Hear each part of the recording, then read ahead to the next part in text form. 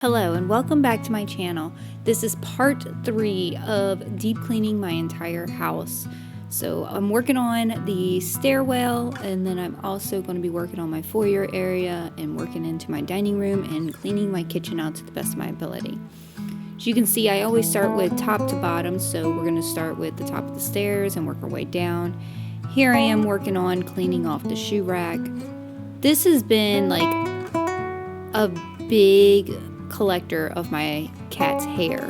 It gets up underneath of it. I don't know what it is. Maybe it's just attracts every single bit of the fur or whatever. Here I am now in the dining room, and we're cleaning off those blinds and working into the lights.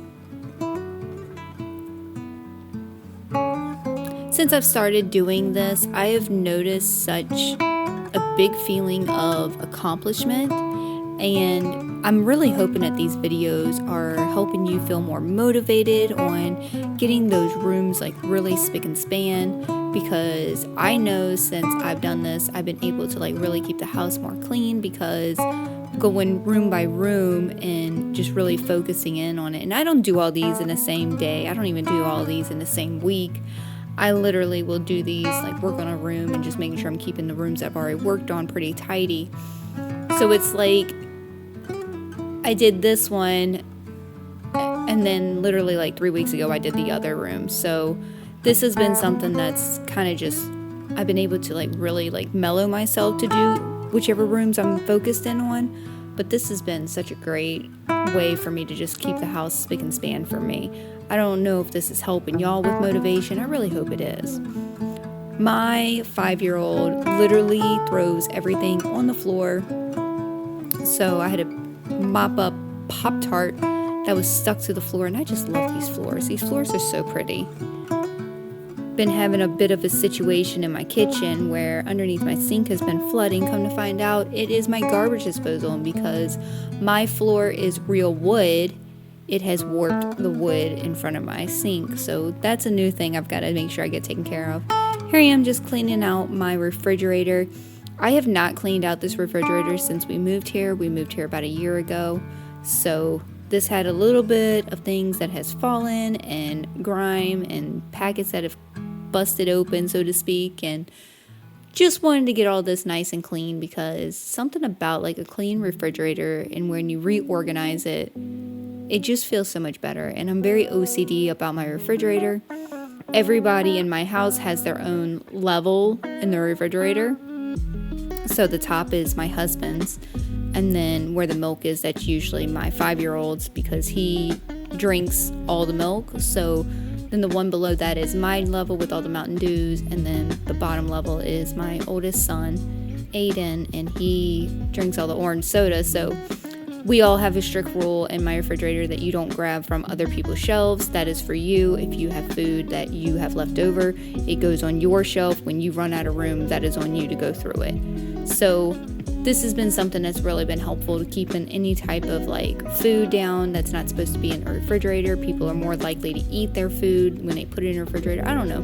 This is just something that has helped me. Don't know if it'll help other people in their household. But I did not realize how bad these shelves were with like, I don't know if it was because of how cold they were, but they were so foggy. And when I put them back in there after I clean them, they are so nice and clear and see-through, and I'm just loving it.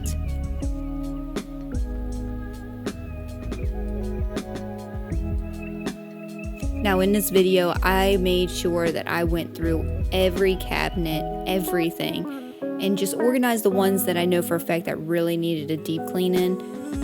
And the only cabinet I did not like go through and eliminate was probably the Tupperware cabinet. Now anybody who has Tupperware knows how obnoxious it is to open up your Tupperware cabinet and everything falls out. So I really need to go through that and just eliminate what we don't use and just keep the rest of it. I also, on the door of this refrigerator, each one is labeled per person, but I have a community one, my husband has one, and then my youngest son has one. So that my husband and my son likes these little Sargento cheese, but they both, like, if my oldest son gets his hands on it, he eats all of it. So we had to eliminate that where it's more limiting to how much you can have per week. I do go grocery shopping every single week, so I don't want anybody to be like, well, why are you starving your kid? Trust me, I am not starving my kid. My kid has plenty of food. I just trying to teach him how to not overdo it, because he will literally pour the entire bag of cheese in his beefaroni or spaghetti and then wonder where it all went. This container was like a complete pain for me. It was too big for my sink, so it was like really hard trying to get everything cleaned off of it, but we managed.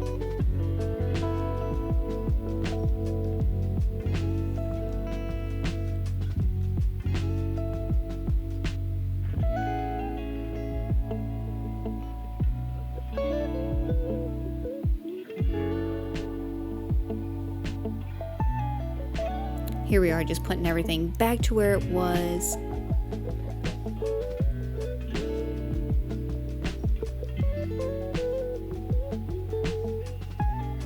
And now I move over to the pantry. For the most part, the pantry doesn't need a lot of deep cleaning. I just need to focus more on these top two shelves. It had a lot of candy from like every holiday that we've had in the last year. And I know most of that candy was probably bad or going stale. So I also checked dates on everything. We eliminated a lot. So hopefully this is encouraging for you to go through your pantry and really look at what you have, eliminate. And yes, I am pouring that last little bit of salt from one container to the other because somehow we have 2 things of salt open, which makes no sense. It literally irritates me when they do this. They finish off the salt that's in the other container. And same thing with ketchup. Ketchup, oh my gosh. We just had where like 4 things of ketchup was open. And all of them were near the end of it, like the bottle. I'm like, come on, y'all. Y'all are not opening up this other bottle of ketchup until y'all finish all 4 of those. So instead of having like a junk drawer, we kind of have like a junk cabinet. And this is kind of what it is. It's like we just throw everything in here. It has medicines, games, batteries, like you name it, it's in here, manuals. So here I am just kind of going through everything and checking dates on whatever and trying to figure out what room can go where. And hopefully this will stay nice and clean and organized for the most part. These little cabinets are like not the most easiest thing to keep organized because it fills up very easily and then people just kind of just start throwing things in there. So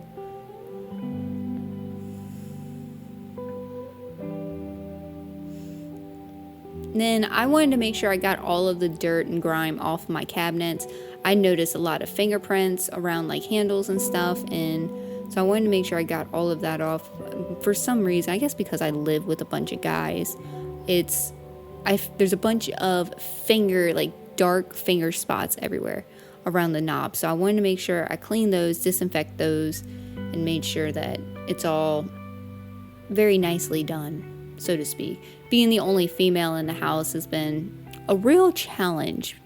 I don't know if any of my viewers out there is the only female in the household and deal with this, but it's so obnoxious. If I put my fingerprint on something, I try to make sure I grab some cleaning solution and a paper towel and I wipe it off. Just making sure I get that stove. That stove actually gets wiped down on a daily to bi-daily basis, so I don't do the stovetop cleaner, but maybe like once every week.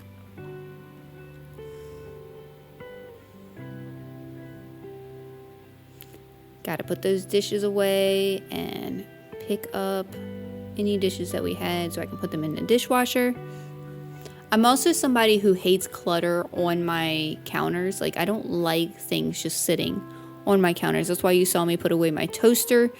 If you're not using it, don't have it on a counter. Like it just takes up too much space. I like things to be very open and cleaned off so that when you need a spot, you're not shifting everything around. It's all pretty well done and you don't have to focus in on like, okay, let me clean before I cook. Like that's very annoying.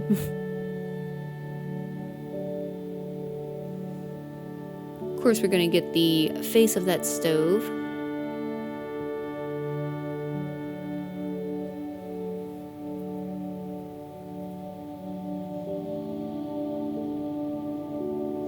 Again, just eliminating all of these fingerprints. I'm eventually going to take that top drawer that you saw me open. I'm going to eventually take that and put something where I can open it and actually have containers in it to hold things like my sponge or some kind of cleaning solution there. I don't know. I've not really figured it out what I want to do here. I just know that I want to do something different with it. So we don't put cardboard in our trash can. We wait until our trash is full and then we break down the cardboard and then we put it in the trash. We found that we save a lot more trash bags by doing it this way versus sticking plastic and paper bags into the trash. I don't know if anybody else does that, but this is just something that works for me and my family. And that little pear plant thing right there, one of my old neighbors actually made that for me for my housewarming party. And I just thought it was so cute, it was so unique, and I just had to put it in my kitchen because I have this swing-like display board. So definitely had to put it there because I felt like it would fit perfectly there. And then we go to the dogs' crates. Now, I do puppy pads to kind of, in case they do have accidents. I have 2 older dogs that are considered elder dogs, and one of my dogs does not hold his bladder very well. So I have puppy pads under every single one of my dog crates so that anything that falls, it falls right onto that. This also helps with like any of their shedding for winter coats and stuff. All of my dogs are smooth coats, so they get those eyelash size hair that falls out. And I do also de-shed them, and it's just easier for me to do it with the puppy pads. Here I am just sweeping and mopping the last little bit of my kitchen, and I appreciate you watching this, and I will catch you in the next one. Bye guys.